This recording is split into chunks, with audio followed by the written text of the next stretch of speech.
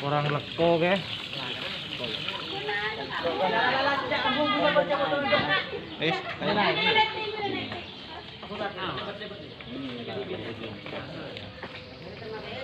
Tahanan tak mendukung.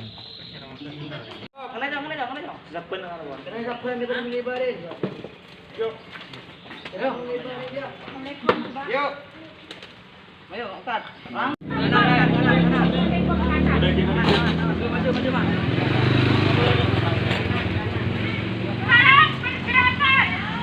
Kepada generasi-generasi muda kami, apa yang akan kalian tinggalkan untuk generasi-generasi kami? 350 titik bukanlah titik yang sedikit. Itu adalah kerusakan yang kalian ciptakan. Bagi kaum birokrasi, kalian hanya menginginkan tindakan selanjutnya sebagaimana yang tertera dalam pasal 5 yang ada di Perda dan undang-undang yang sudah ditentukan oleh pemerintah.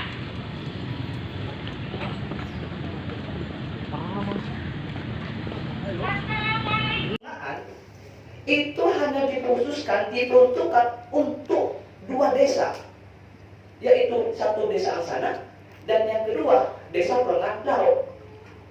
Sedangkan data yang kami temukan dari PMI Pamekasan, mayoritas tambang-tambang besar yang menggunakan alat berat di Kabupaten Pamekasan itu ada di daerah Perengahan, Kecamatan Perengahan, yang hal itu keluar dari wilayah-wilayah yang diperuntukkan untuk wilayah pertambangan. Kalau tidak tahu aturannya, saya printkan nanti saya kirim ke PUPR. Begitu. Betul. Bahwa di dalam pasal tersebut, PUPR bisa menindak melalui membentuk tim-tim penindakan, penyerobotan wilayah yang bukan tempatnya. Itu yang ketiga. Yang keempat, bisa menggunakan pihak kepolisian. Kalau PMI ini kan hanya bisa memberikan kritikan, masukan dan semacamnya. Terkait soal eksekutornya, itu tetaplah pemerintah daerah Kabupaten Pamekasan. Bisa koordinasi dengan penegak hukum atau penegak perda, ataupun apa yang saya katakan tadi, membentuk tim penindak dari setiap masing-masing dinas terkait. Itu yang kedua. Artinya ini yang pertama. Yang kedua, itu menerima surat perizinan. Kenapa kami PMI Pamekasan dari awal diskusi tadi tidak berbicara terkait persoalan perizinan? Karena bagi kami hal yang paling penting yang harus diselamatkan sekarang itu adalah lingkungan hidup yang ada di Kabupaten Pamekasan yang dirusak oleh tambang-tambang batuan yang ada di Kabupaten Pamekasan itu sendiri. Perizinan ini juga harus dibahas. Makanya kenapa kami meminta beberapa kabak dan dinas terkait yang berkaitan dengan perizinan agar ini juga dicarikan solusi agar cepat mendapatkan perizinan. Bukan kami anti tambang, tidak. Kami ini PMI. PMI itu adalah Islam Indonesia yang juga patuh terhadap aturan agama, juga patuh terhadap aturan undang-undang. Undang-undang kita memperbolehkan wilayah-wilayah pertambangan. Perda kita memperbolehkan wilayah-wilayah pertambangan. Dan kita amini itu. Kita tidak menolak adanya tambang. Tetapi aturan yang telah dibuat oleh pemerintah, DPRD, dan juga eksekutif, dan juga tentunya penegak hukum di sini, wajib ditegakkan sebagaimanapun. Kalau kita berbicara terkait soal asas hukum, maka ada asas hukum yang sampai saat ini saya pegang teguh bahwa meskipun langit akan runtuh, hukum wajib tetap ditegakkan. Kalau pemerintah daerah sudah tidak mempunyai keinginan untuk menegakkan hukum, bagaimana dengan masyarakat biasa seperti saya? Saya anak petani loh Pak, tetapi saya mempunyai prinsip bahwa meskipun saya adalah anak petani, saya adalah orang yang tidak mempunyai kelas tinggi di tatanan sosial, saya akan mematuhi undang-undang, saya akan mematuhi aturan, perda, dan lain-lain itu sendiri. Sehingga harapan besar dari kami di sini, yang pertama adalah segera tutup. Tidak mau tahu bagaimana caranya. DPRD Kabupaten Pamekasan di sini mempunyai fungsi kontrol terhadap kinerja eksekutif, ataupun mungkin bisa juga menghadirkan dari pihak kepolisian kalau memang mau berbicara itu. Yang saya katakan beberapa satu bulan yang lalu pada waktu aksi, saya mendengar dari pihak kepolisian bahwa yang kita pikirkan adalah faktor ekonomi ketika tambak ini ditutup. Bapak tahu apa? Atau Bapak, Ibu yang dari dinas perekonomian tahu tidak berapa jumlah tambang yang menggunakan alat berat di Kabupaten Pamekasan? Tahu tidak sampai? Tahu, oke tahu. Saya sekarang apa kalkulasikan? Lebih banyak mana? Yang pertama, lebih banyak mana dengan tambang yang katakan kalau di Undang-Undang Minerba yang lama 2009 itu disebut sebagai tambang rakyat. Lebih banyak yang mana? Itu yang pertama. Yang kedua, terkait persoalan dampaknya. Dampak perusakan lingkungan hidup di sini itu lebih banyak diakibatkan oleh tambang-tambang perusakan lingkungan hidupnya disebabkan oleh tambang-tambang yang menggunakan alat berat. Jika memang faktornya adalah kontennya adalah perekonomian masyarakat, ayo kita ambil benang merahnya bahwa yang paling memberikan perusakan lingkungan hidup itu adalah tambang-tambang yang menggunakan alat berat. Ini tidak akan sama sekali menyentuh terhadap perekonomian masyarakat kecil. Kenapa? Yang punya tambang adalah kepala desa, yang punya tambang adalah pengusaha. Saya tunjukkan di mana tempat tambang yang besar di Pelengahan yang sampai hektaran di sana dan menggunakan alat berat sampai dikatakan oleh sahabat saya satu rumah dikelilingi tambang. Jika memang yang dipikirkan adalah perekonomian, ayo tutup yang menggunakan alat berat. Karena kami rasa tidak akan sama sekali mempengaruhi terhadap perekonomian masyarakat kecil yang menjadi buruh asli di wilayah pertambangan yang ada di Kabupaten Pamekasan. Data kami menyebutkan ada 25 tambang-tambang besar yang menggunakan alat berat. Kalau tidak sama, mohon maaf kalau kita keterbatasan alat-alat dan semacamnya. Survei kita mengatakan 25 tambang galian ilegal menggunakan alat-alat besar, sehingga ketika ini dibiarkan menunggu perizinan sampai tahun depan, bayangkan 25 tambang di wilayah Pamekasan menggunakan alat berat dibiarkan beroperasi setiap hari selama 6 bulan. Bayangkan seperti apa perusahaannya. Ada apa? Kalau memang sampai tidak mau tunduk terhadap hukum, ya jangan jadi pendamping kami dong. Jangan jadi pelayan kami. Kami aja yang dibawa tunduk terhadap hukum. Tidak boleh jualan trotoar, kita tidak jualan. Ya kan? Tak boleh nih, antak nih, coba. Bagaimana dengan kalian? Ayo kita mohon terhadap terutama terhadap pimpinan sidang, pimpinan untuk bagaimana segera menindak ini. Dan yang kedua bicara soal perizinannya. Kalau sudah ditutup dan ditindak, maka ayo kita berbicara solusi terhadap soal perizinannya. Karena kebetulan di sini ada Pak Kepala Dinas seperti itu. Dan kalau memang kalau berbicara tentang perizinan, saya yakin 1 tahun ini 2020 saya pastikan tidak akan ada tambang yang dilegalkan. Tidak akan ada IUP yang dikeluarkan, IUP baru yang dikeluarkan oleh pemerintah pusat. Terima kasih pimpinan.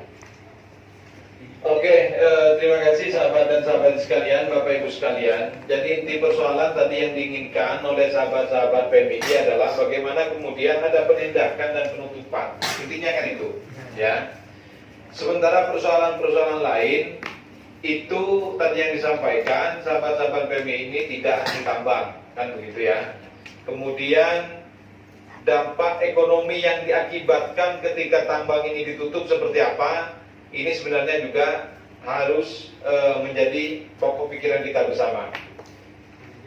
Ya, sebentar. Data yang dipunyai oleh teman-teman PMI ada 25 tambang besar yang menggunakan alat berat, kan begitu ya. Yang ini diperkirakan 6 bulan yang akan datang, kalau ini terus beroperasi maka kerusakan lingkungan akan semakin parah yang ada di Kabupaten Pamekasan. Jadi titik poinnya adalah bagaimana kemudian ini adalah ada penindakan dari pihak-pihak yang berwenang, ya. Apakah itu Satpol PP ataupun pihak kepolisian. Ya silakan, ini dari PUPR ya, silakan. Kalau ingin ada yang disampaikan. Ya, silakan. Terima kasih Pak, mohon izin. Terkait dengan RT/RW tadi perlu diluruskan rekan-rekan mahasiswa bahwa di RT/RW Perda RT/RW nomor 16 tahun 2012 sedang istilahnya akan direvisi. Karena revisi ini sebenarnya bukan perlu diluruskan, bukan untuk mengakomodasi tentang tambang ilegal itu, tapi lebih kepada amanat Undang-Undang 26 2007 tentang penataan ruang. Jadi dimungkinkan memang RT/RW kabupaten kota direvisi setiap 5 tahun untuk mengakomodir perkembangan wilayah. Tidak hanya membahas tambang aja, tapi tentang perkembangan wilayah yang lain. Sekian dari kami, Pak. Assalamualaikum warahmatullahi wabarakatuh. Oke, terima kasih, itu sekedar informasi. Jadi memang akan ada, tapi sampai sekarang masih belum masuk Pak ya, draft RU apa, Perda. Masih PK dan kembali di Perda. Oh iya, masih belum ya. Ya, ini terkait dengan Perda RT/RW 16/2012. Ini tadi sudah jelas disampaikan, bukan bermaksud untuk memberikan ruang melegalkan terkait dengan tambang-tambang legal yang ada, kan begitu ya? Iya, amanat Undang-Undang 6 2007 ya. Undang-Undang 26 2007 ya. Oke, itu jadi penjelasan itu dari PUPR. Pak Agus, silakan Pak Agus, terkait apa perizinan ini, ada yang ingin disampaikan atau apa seperti apa, silakan.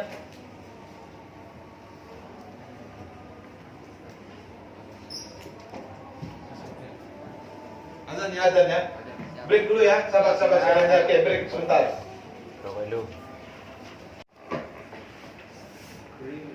Yang saya hormati Ketua Komisi C, Wakil Ketua, dan anggota, para pimpinan OPD, serta sahabat-sahabat PMI yang saya banggakan. Terkait dengan berlakunya Undang-Undang 24 tahun 2018 terkait dengan perizinan online single submission, maka semua perizinan itu harus melalui OSS. Beberapa pihak di tahun 2019 mencoba untuk melakukan perizinan melalui OSS di pelayanan publik. Ternyata setelah dicoba berkali-kali, maka sistem kami menolak. Kemudian diarahkan ke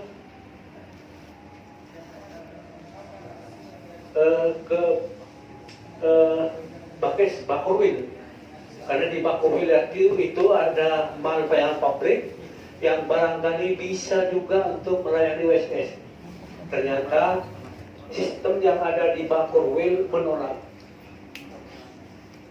karena ini merupakan kewenangan penuh dari provinsi. Padahal Bakorwil kepanjangan tangan dari provinsi. Barangkali ini pimpinan. Terima kasih. Ya, oke. Jadi yang ingin disampaikan oleh Pak Agus barusan, memang kewenangan itu mutlak ada di provinsi, begitu ya? Ya, oke. Fokus kita adalah terkait dua hal, penindakan dan penutupan. Karena mengurus izin ke sana ini prosesnya saya kira masih lama. Kalaupun misalnya akan diurusi izinnya, ini percuma. Ya, satu itu, kedua harus merevisi perdanya, kan begitu. Ini yang ingin, ini prosesnya juga lama. Mungkin bisa draft revisi perda RT/RW bisa di 2021 nanti baru diusulkan, kan begitu. Karena ini sudah bulan 7, bulan 8 otomatis masuk dalam Prolegda 2021. Ya bisa akhir 2021, kan begitu ceritanya ini. Jadi kalau bicara proses perizinan kemudian ingin melegalkan tadi yang disampaikan oleh sahabat-sahabat, saya kira ini prosesnya masih sangat panjang. Intinya yang saya tangkap dua hal itu. Bagaimana kemudian ada tindakan nyata dari pemerintah kabupaten terkait dengan tambang-tambang atau galian-galian bebatuan itu yang tidak berizin atau ilegal, yang dampaknya adalah merusak kepada lingkungan. Intinya kan itu ya. Ada yang lain. Kalau masih yang sama, saya kira ini kita sampai malam sudah selesai, kan begitu. Biar ya nanti Pak Jagar nanti akan ini. Ini yang kita tunggu-tunggu dari tadi. Ternyata beliau juga ada rapat dengan Pak Bupati di Pendopo terkait dengan PKL, ya, pedagang kaki lima. Jadi beliau terlambat, ya. Silakan, kalau masih ada sebelum Pak Jabir, silakan. Ada? Monggo langsung ke. Silakan. Ya. Langsung saja Pak Ya. ke Pak Jabir yang punya wewenang di sini. Saya tekan kembali, kita tidak mau bicara terkait persoalan perizinannya dulu, perizinan tambangnya. Kita mau bicara terkait soal perusakan lingkungan hidup sesuai dengan undang-undang dan juga perda lingkungan hidup. Ya. Baik, terima kasih. Jadi oke, itu sudah bisa ditangkap Kepala Dinas Lingkungan Hidup. Kami persilakan, kami beri ruang yang seluas-luasnya. Silakan. Terima kasih, saya izin pimpinan langsung saja. Pertama, sebagaimana yang tersampaikan, walaupun update datanya, teman-teman PMI sudah melakukan tinjauan lapangan, ada sekitar 350, kurang lebih gitu ya. 10% itu korporasi, 90% itu perseorangan. Sekali lagi saya katakan bahwa 90% yang dilakukan oleh perseorangan itu merusak lingkungan, tetapi di koridor baku mutu toleransi. Nanti silakan cek kenapa. Perseorangan itu tidak akan pernah mampu melakukan galian sebagaimana permen SDM. Jadi kalau kita lihat umpamanya batu cadas, tidak boleh lebih dari 20 meter, tidak mungkin itu dijangkau oleh tangan biasa. Kemudian kemiringan 45 derajat, sehingga saya katakan bahwa persoalan galian golongan C yang dilakukan oleh perseorangan itu clear, tidak ada persoalan. Artinya kerusakannya itu masih di baku mutu toleransi yang ditetapkan oleh pemerintah melalui Permen 37, Permen LH, melalui Undang-Undang 32 tahun 2009, itu masih di baku mutu toleransi. Yang kedua, yang korporasi, ini yang jadi persoalan, yang korporasi. Bahwa banyak di beberapa aktivitas mereka itu sudah masuk di ambang batas toleransi baku mutu. Jadi kedalamannya sudah lebih dari 15 meter, ada yang bahkan hampir 30 meter. Kemudian kemiringannya itu lebih di atas 45 derajat. Radius kedekatan dengan masyarakat itu begitu dekat gitu ya. Itu bisa dilihat di Permen SDM. Tetapi yang ingin saya sampaikan, di korporasi ini bukan tidak mau mengurus izin. Sekali lagi kenapa? 4 tahun saya mengusul ini. Oleh karenanya saya ingin mengatakan bahwa ini lebih kepada tata kelola pemerintahan yang sampai saat ini di pusat dan provinsi belum baik. Saya punya bukti banyak. Jadi korporasi itu bukan tidak mau mengurus izin, semuanya mengurus izin. Bahkan ada satu perusahaan yang mengurus izin, kita kawal hampir 1,5 tahun, ini tidak keluar-keluar. Tidak keluar-keluar. Jadi tolong ini menjadi pertimbangan kajian dari teman-teman gitu ya. Bahwa tidak pernah keluar-keluar. Sejak dikeluarkannya Undang-Undang 23 2014 tentang pemerintahan daerah, di mana diatur juga kewenangan tentang galian golongan C dan pesisir pantai, kita bisa melihat dalam kurun 2014 sampai 2020 pemerintah provinsi dan pusat itu hanya mampu mengeluarkan satu izin di wilayah Madura. Kita lihat di Posan yang viral itu di Lumajang. Adik-adik lihat nanti berapa izin yang dikeluarkan. Tidak bisa. Kenapa? Sekali lagi saya ingin sampaikan bahwa ini lebih kepada persoalan span of control di dalam pemerintahan. Ada 2 hal yang kemarin, coba kalau mau dibantu saya judicial review terkait dengan pengambil alihan kewenangan pemerintah pusat dan provinsi terkait dengan izin ini. Kenapa? Karena ada 2 indikator yang insya Allah pusat dan provinsi tidak akan pernah mampu. Apa itu? Sumber daya manusia dan sumber daya keuangan. Satpol PP yang ada di provinsi itu Pak hanya 300. Kalau rata-rata pertambangan itu ada 300 di 38 kabupaten, bagaimana bisa mereka melakukan pengawasan dan pengendalian? Ini suatu hal yang mustahil. Anggaran juga begitu. Oleh karenanya saya katakan di forum terakhir, terhadap kebijakan undang-undang itu terkait dengan perizinan, maka yang harus diambil alih dari pemerintah itu bukan kewenangannya, tetapi penegasan dan penjelasan terhadap undang-undang dan konsekuensinya.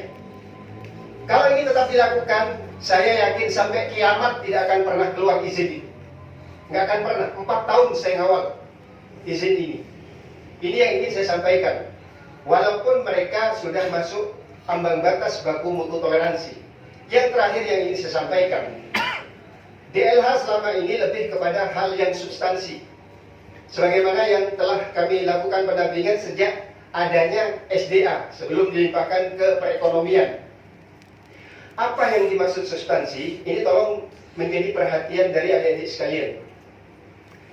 Kemarin saya sampaikan kepada teman-teman, ada sekitar 1000 dump truck setiap hari yang berputar di Pamekasan. Ini tolong juga dicatat dan dibuktikan. Ada sekitar kurang lebih 1000 dump truck yang berputar di Pamekasan menyangkut galian golongan C. Kalau itu saya kalikan rata-rata 1 juta, ada sekitar 1 miliar uang yang berputar di Pamekasan. Yang harus dipertimbangkan ketika ini dilakukan penyetopan. Yang kedua, hanya 30% yang mengakomodir kepentingan pemerintah dalam hal proyek. 70%-nya itu kepentingan swasta dan kepentingan masyarakat. Kalau kita melakukan penutupan itu, maka banyak bangunan-bangunan masyarakat yang pasti terhenti. Jadi tolong ini juga harus dilakukan kajian. Oleh karenanya, melihat beberapa pertimbangan dan keadaan baik di pemerintahan maupun persoalan ekonomi lokal, maka saya adalah orang yang tidak sepakat apabila dilakukan penutupan terhadap galian golongan C. Kenapa? Karena itu tadi, ini persoalan tata kelola pemerintahan pusat dan provinsi yang belum baik. Bisa dicatat ini nanti. Dan saya sudah perdebatkan 4 tahun ini persoalan galian golongan C. Jadi maksud saya solusi yang substansi itu bagaimana terhadap korporasi ini, permen yang mengatur tentang baku mutu ESDM itu yang dikendalikan oleh kita. Kalau ini dipasrahkan kembali nanti kepada provinsi, maka tidak akan pernah jalan. Hanya 300 Satpol PP-nya ini. Itu pun ngurus taman nggak habis waktunya. Maksud saya nanti ada kebijakan lokal yang melibatkan Satpol PP nanti yang mengendalikan korporasi. Jadi bagaimana nanti seperti yang saya katakan paling tidak 3 itu kedalaman, kemiringan, radius dengan perumahan masyarakat. Dan yang terakhir, mohon maaf, peristiwa yang terakhir sekarang kita bisa melihat mungkin harga satuan sirtu dari 160 melonjak ke 250 bahkan 300. Ini supaya kita bisa berpikir. Tanggal 16 Ramadan ketika saya mengawal kegiatan, sirtu itu masih jalan. Di tanggal 17 Ramadan, sirtu itu tidak jalan. Karena ada pengawasan dan pengendalian. Dan ketika kita turun ke lapangan, korporasi itu terpolis lain. Terpolis lain. Tanggal 26 Ramadan, sirtu itu kembali dibuka. Dengan harga di luar dugaan. 200 sampai 250. Ada apa dengan itu? Dan siapa yang berdampak? 160 ke 250 ada 90.000 rupiah per dump truck. Yang itu pasti implikasinya terhadap perekonomian masyarakat yang membutuhkan sirtu. Ini yang ingin saya tawarkan di forum ini, bahwa banyak hal yang perlu kita jadikan pertimbangan untuk menentukan sikap kita ke depan terkait dengan galian golongan C. Saya tidak kenal dengan siapapun dan saya tidak punya kepentingan apapun kecuali bagaimana perekonomian kerakyatan di sini tetap berputar dan persoalan pembangunan tidak begitu terhambat. Mungkin itu singkat yang bisa saya sampaikan. Terima kasih kepada Bapak Ketua Komisi 3. Assalamualaikum warahmatullahi wabarakatuh. Ada tindakan, ya. Tidak boleh kemudian ini dibiarkan los begitu saja. Harus ada kontrol. Karena adanya pemerintah, adanya negara ini bagaimana kemudian bisa mengawasi dan mengendalikan keadaan, bukan dilepas begitu saja. Ya, ini yang kita harapkan bersama begitu. Jadi pemerintah Kabupaten Pamekasan tidak serta-merta kemudian melepas begitu saja. Harus ada kontrol, harus ada dikendalikan semuanya itu, gitu. Supaya dampak lingkungannya juga tidak berimbas kepada masyarakat sekitar. Itu ya. Silakan. Terakhir ya. Ya, Silakan. kita tadi panjang pimpinan. Ya, silakan. Tidak apa-apa. Bicara terkait persoalan aturan, di sini bicara persoalan aturan. Kita tidak mau bicara terkait persoalan aturan yang negara. Kalau bicara tentang negara, sudah saya jelaskan ke bapak di sini yang hadir di awal bahwa yang kita bicarakan adalah perlindungan lingkungan hidup, perlindungan perusakan pengendalian perusakan lingkungan hidup yang diakibatkan dari galian C itu sendiri. Itu yang harus dicatat bapak. Yang kedua terkait persoalan, lagi-lagi saya tegaskan kembali begitu bahwa ini ada penindakan. Kalau memang kajian ekonomi yang disampaikan oleh Pak Jafri tadi berimbas terhadap masyarakat kecil yang ada di lingkungan itu, bahwa kami sudah memberikan solusi. Kalau kita bicara terkait soalan tambang dengan undang-undang yang lama ya, yang 2009, ada dua. Yang pertama tambang rakyat, tambang rakyat, seperti yang dikatakan Pak Jabir, yang korporasi katakan begitu, yang menggunakan alat berat. Nah, fokus diskusi kami di sini adalah untuk bagaimana menyelamatkan perusahaan lingkungan hidup ini, menyetop perusahaan lingkungan hidup ini, ya menyetop dengan cara untuk menutup, minimalnya yang dituntut adalah perusahaan lingkungan hidup yang menggunakan alat-alat berat. Dan itu memang sudah menjadi tugas dan fungsi dari Dinas Lingkungan Hidup, Bapak, sesuai dengan perdanya. Dan juga dari Perbup juga sudah ada sebetulnya. Jadi sini mengatakan bahwa di seksi-seksi yang Dinas Lingkungan Hidup ada inventarisasi dan rencana pelindungan. Nah, kalau bicara tentang perencanaan pelindungan lingkungan hidup tanpa adanya penghentian perusahaan lingkungan hidup, maka ini kan berarti kan tidak jalan fungsinya begitu. Itu Bapak. Kalau menurut Bapak yang tadi dikatakan itu mengenai masalah kemustahilan, ya dikatakan ini memang sedikit, ya tapi kita bukan pesimis ya, tapi kita juga masih optimis. Ini bisa ditindak dengan tegas. Jangan ditindak melalui undang-undang minerba, Bapak. Tindak melalui perda. Di sana sudah jelas bagaimana ketika ada perusahaan lingkungan hidup, pemerintah daerah mempunyai wewenang, ya, mempunyai wewenang untuk membuat hak gugat terhadap perseorangan, korporasi yang melakukan perusahaan lingkungan hidup. Dan di sana pun perda itu juga membahas tentang penindakannya, berapa sanksinya, berapa hukumannya. Sehingga itu yang kita bicarakan. Dari tadi yang Bapak yang depan tadi berbicara terkait undang-undang minerba. Kita ini yang mau dibicarakan adalah perda yang menjadi wilayah kerja dari pemerintah daerah Kabupaten Pamekasan. Jadi kembali lagi terhadap tujuan kami, tindak.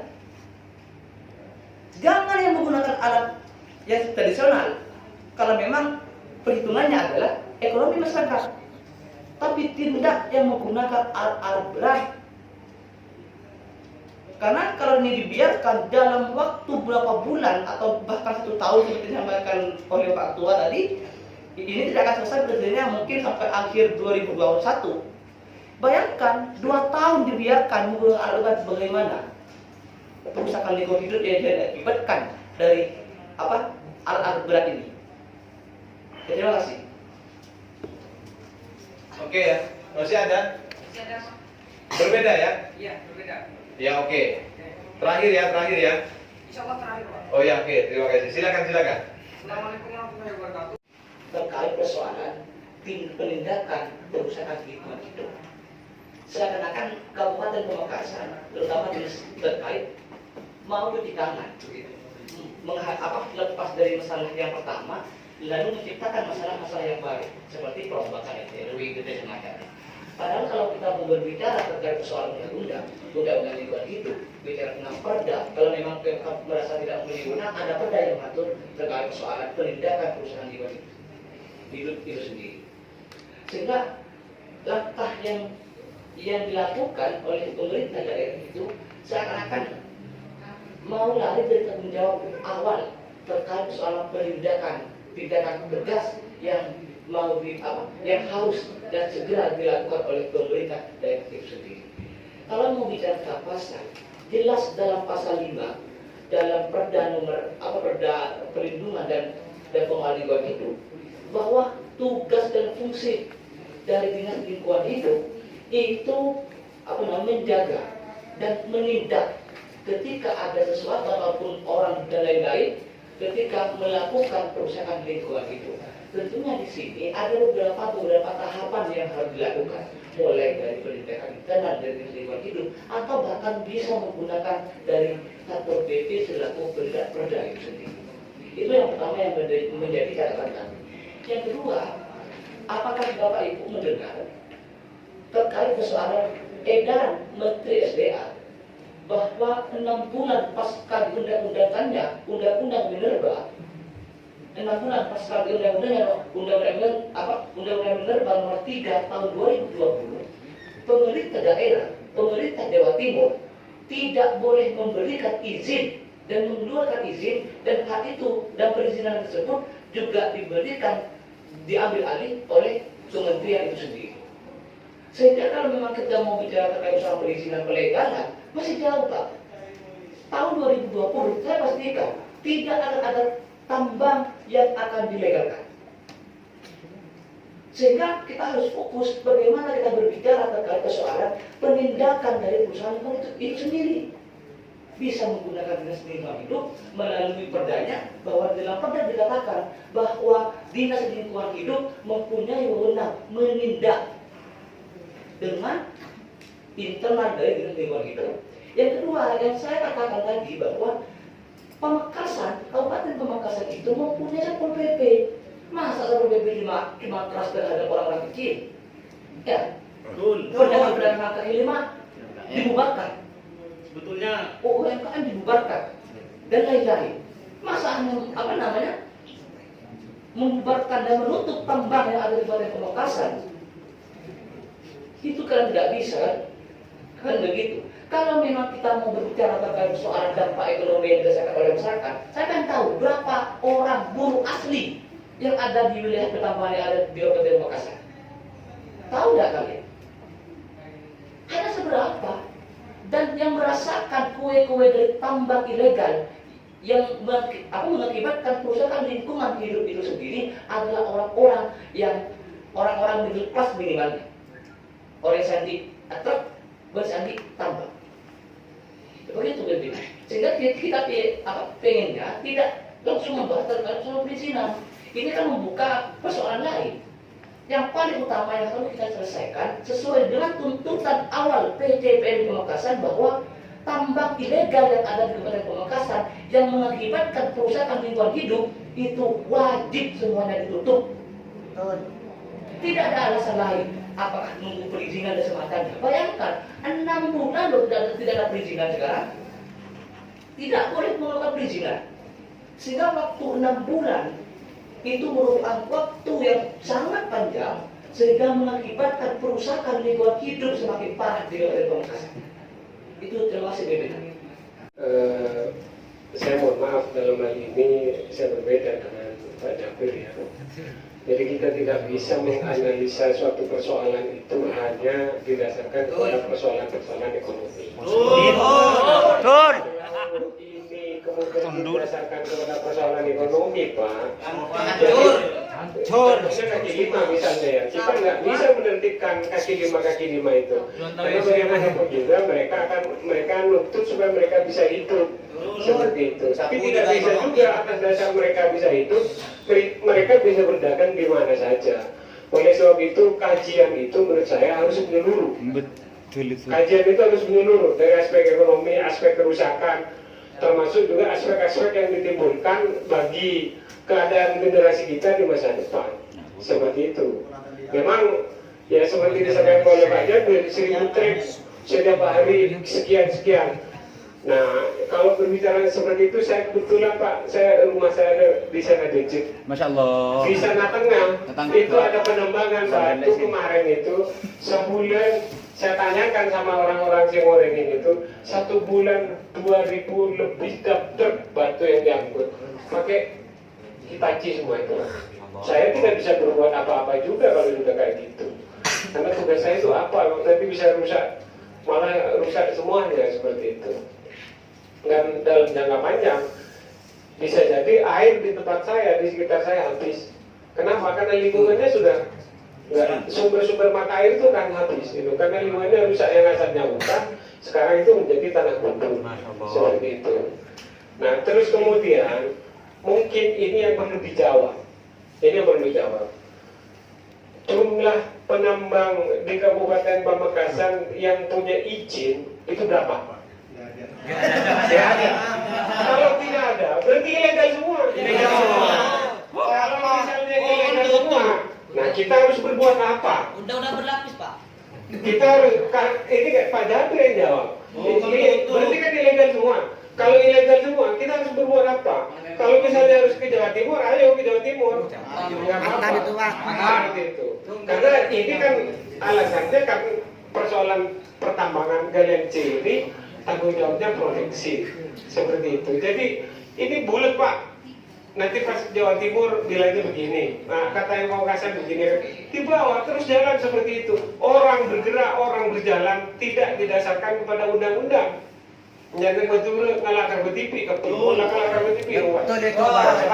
Sebab itu harus ada semacam titik temu. Ada yang kurang di sini Pak, di ruangan ini yang hadir. Seharusnya kita ini juga menghadirkan pihak kepolisian seperti itu. Sehingga kemudian semua aspirasi itu terdengarkan, semua aspirasi itu nyampe seperti itu. Kalau misalnya perlu mendatangkan Pak Korwil sebagai perwakilan dari Jatim yang ada di sini, ayo kita mendatangkan Pak Korwil. Kita harus berbuat apa seperti itu. Oleh sebab itu kita tidak bisa berdiskusi misalnya sampai puas Pak. Ayo kita ketemu lagi minggu depan, jangan besok. Kalau aku tetap syarat audiensi boleh. Jangan besok. Bukan saya menolak. Ayo, kapan saja saya siap. Insya Allah Pak Ismail juga siap seperti itu. Apa solusi-solusi yang bisa diselesaikan terkait dengan persoalan ini. Nah kita ini sudah sampai jam 3:30 dan tidak bisa juga kita berdiskusi berdebat panjang. Mendingan keroyal, saya ini lagi puasa, nunggu buka ke rumah Pak.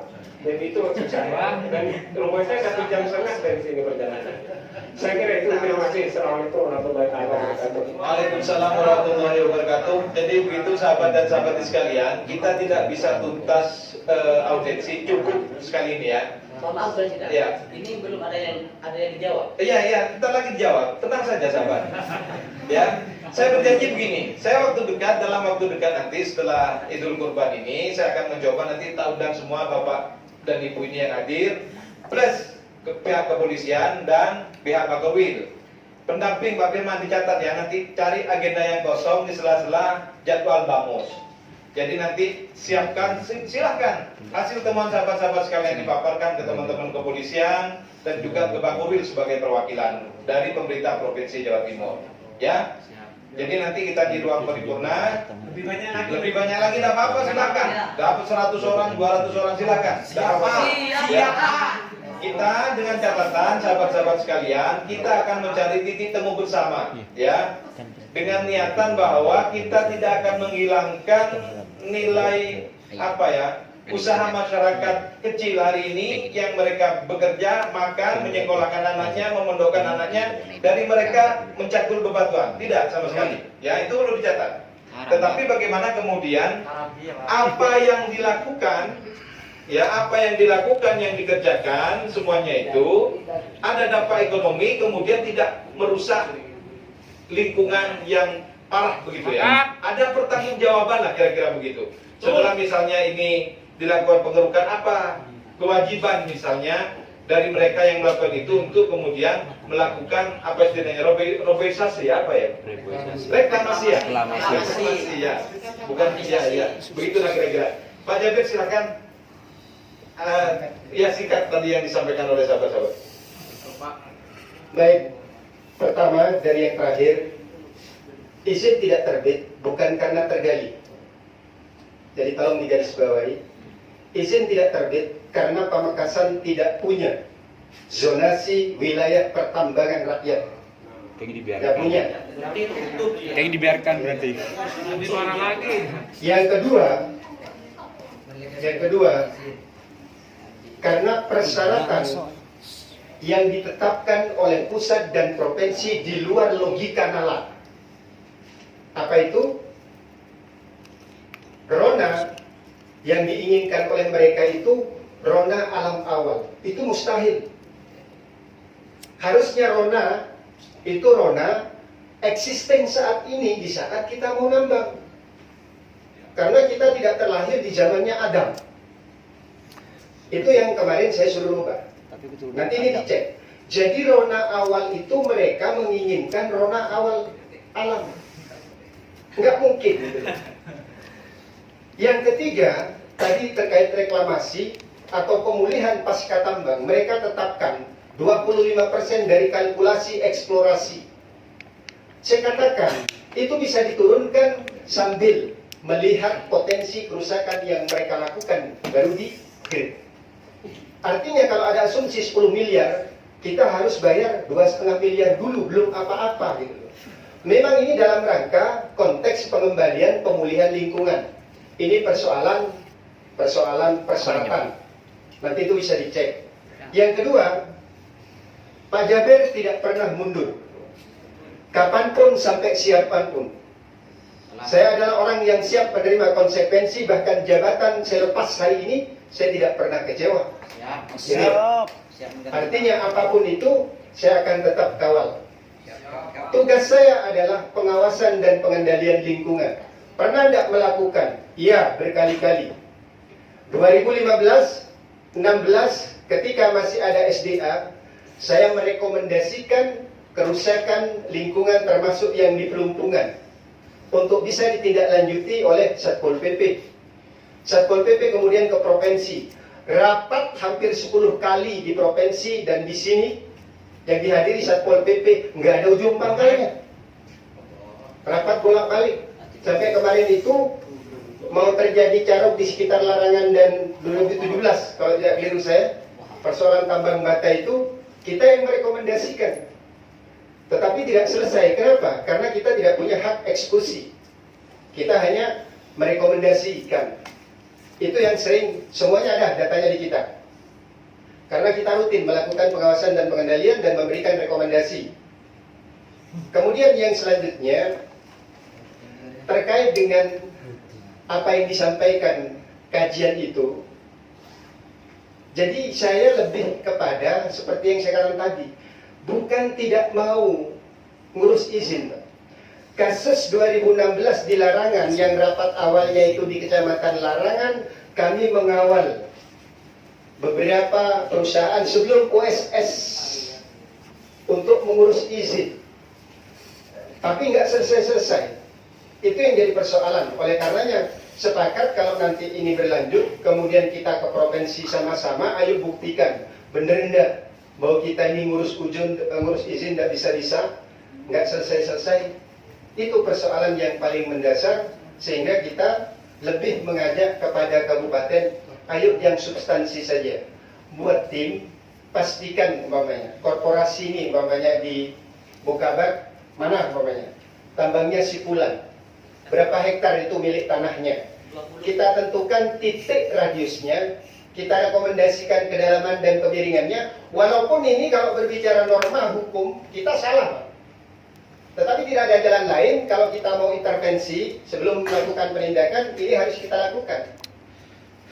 Nah, kemudian apakah pernah Pak Jabir melaporkan ini ke provinsi? Pernah.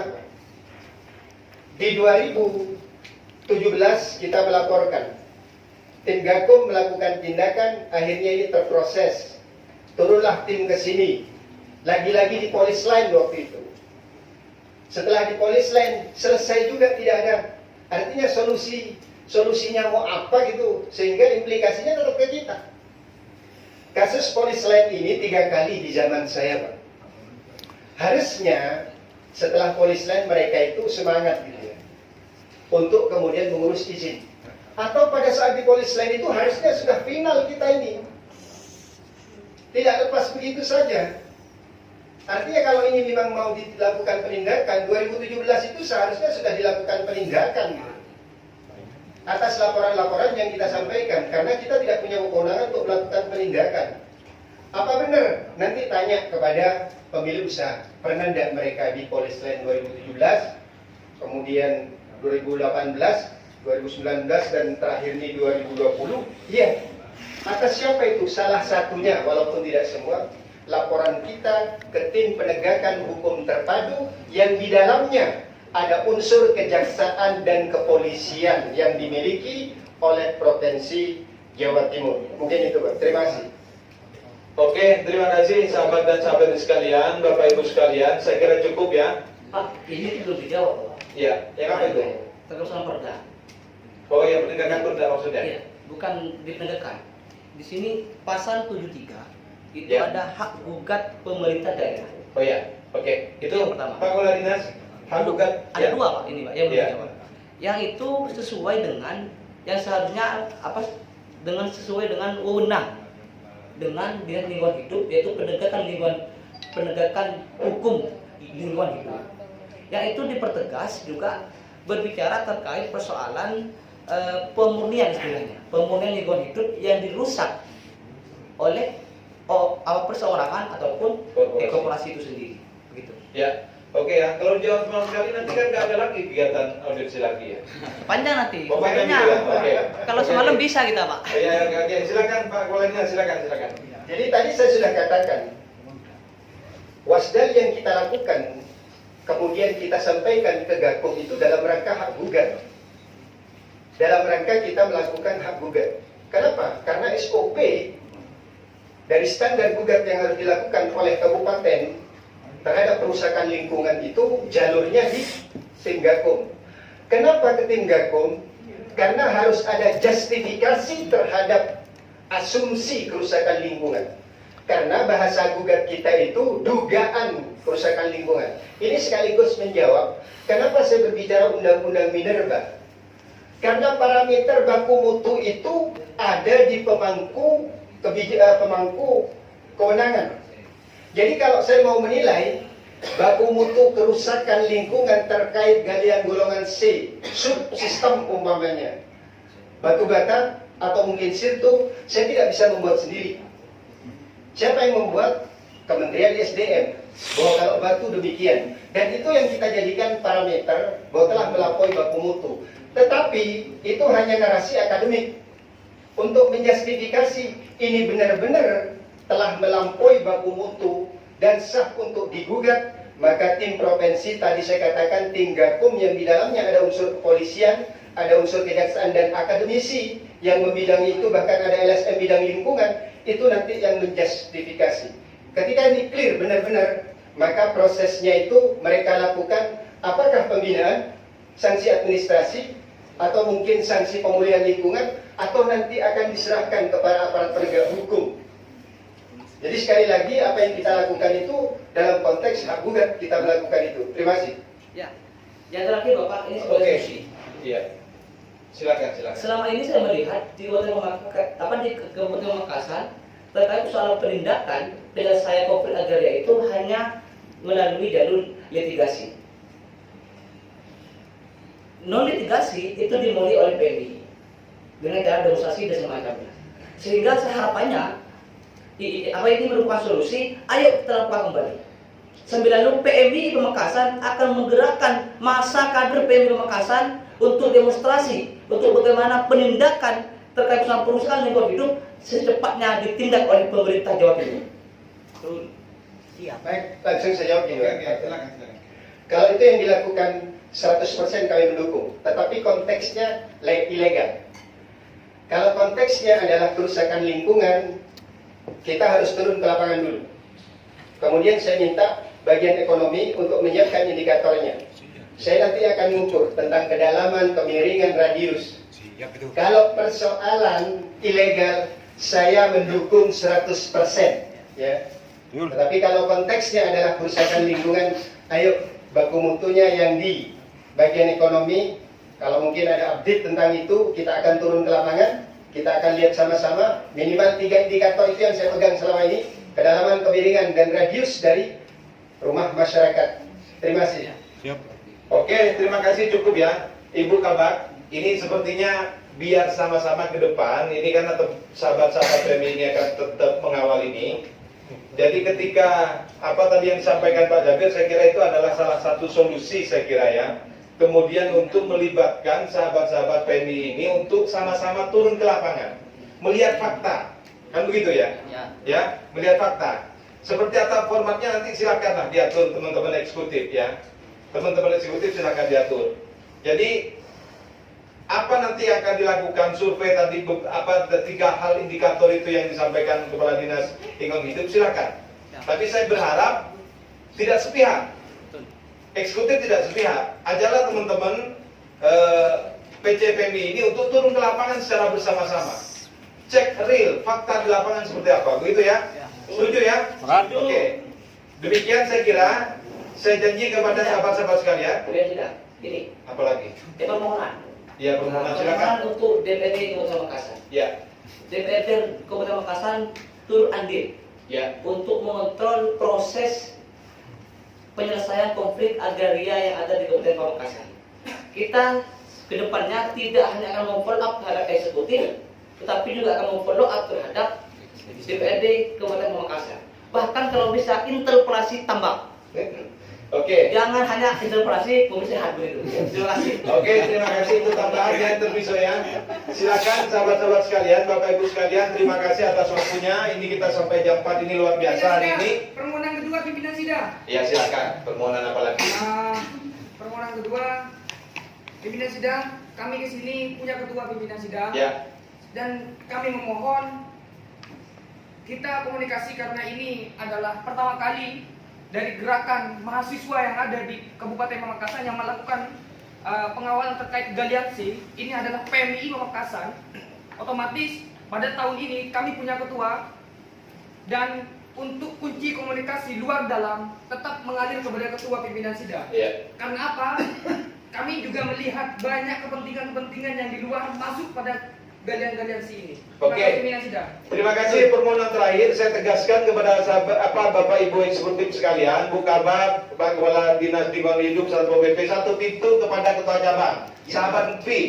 Kalau ada oknum-oknum yang ingin bermain apa segala macam itu ditolak semuanya. Ya? Oke, begitu ya.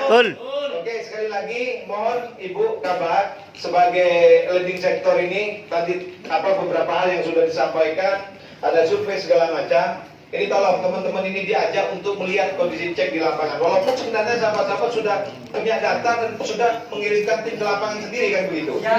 Tetapi ini supaya ada keseimbangan, ya. Persepsi eksekutif dan persepsi sahabat-sahabat sekalian begitu. Oke, terima kasih. Terima kasih semuanya Bapak Ibu sekalian. Ini Pak Agus sampai ngantuk kayaknya nih ya. Oke. Ya, masa tahajud tadi malam. Alhamdulillah. Barokah semuanya ya. Mudah-mudahan sehat. Semuanya kita niatkan ibadah. Semuanya kita niatkan untuk kepentingan masyarakat Pamekasan. Mudah-mudahan selalu mendapatkan lindungan dan barokah.